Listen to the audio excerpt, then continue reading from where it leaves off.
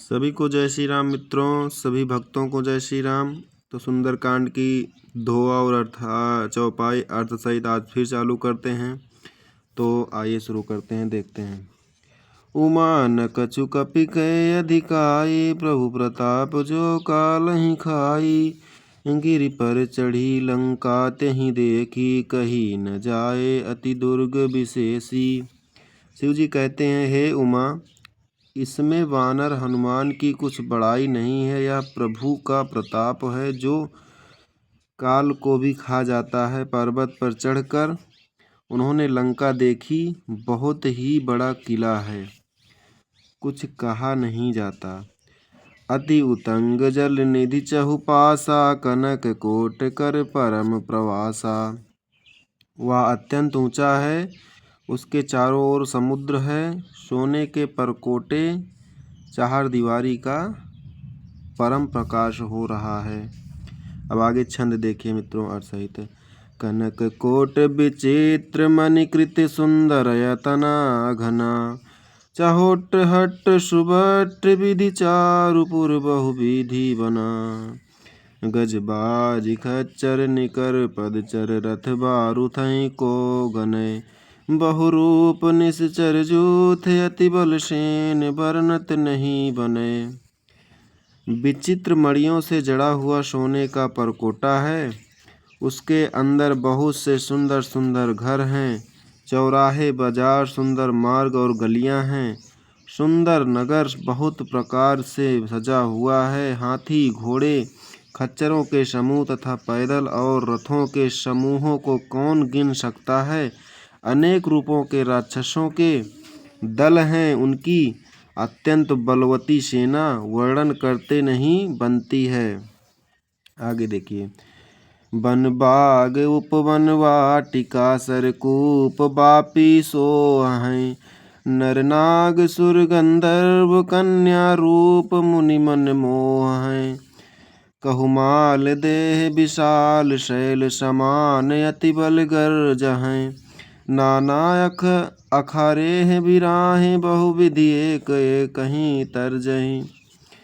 One बाग उपवन बगीचे फुलवाड़ी तालाब कुएं और बावलियां सुशोभित हैं। मनुष्य नाग देवताओं और गंधर्वों की कन्याएं अपने सौंदर्य से मुनियों के भी मनों को मोह लेती हैं।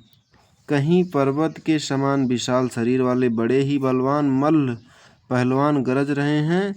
वे अनेकों अखाड़ों में बहुत प्रकार से भिड़ते और एक दूसरे को ललकारते हैं। आगे देखिए। करि जतन भटकोटहि, बिकट तन नगर चाहु दिसि राक्षसी। कहूँ महिष मानुष धेनु खर, अज खल निशाचर भक्षसै। यही लागी तुलसीदास, इह की कथा कछु एक कहे कहीं। रघुवीर सर तीरथ सिरहि, त्यागी गति पय हैं सही। भयंकर शरीर वाले करोड़ों योद्धा यत्न करके बड़ी सावधानी से नगर की चारों दिशाओं में सब ओर से रखवाली करते हैं।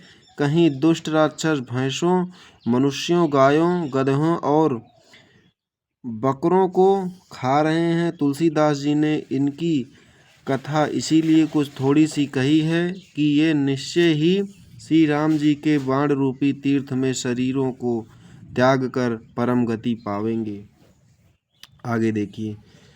पुर रखवारे देखि बहु, कपि मन कीन विचार।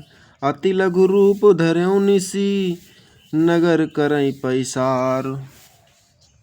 नगर के बहुसंख्यक रखवालों को देखकर हनुमान जी मन में विचार किया कि अत्यंत छोटा रूप धरूं और रात के समय नगर में प्रवेश करूं।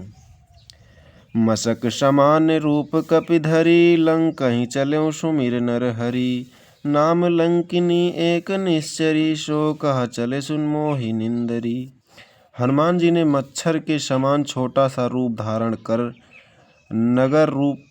नर रूप से लीला करने वाले भगवान श्री रामचंद्र जी का स्मरण करके लंका को चले।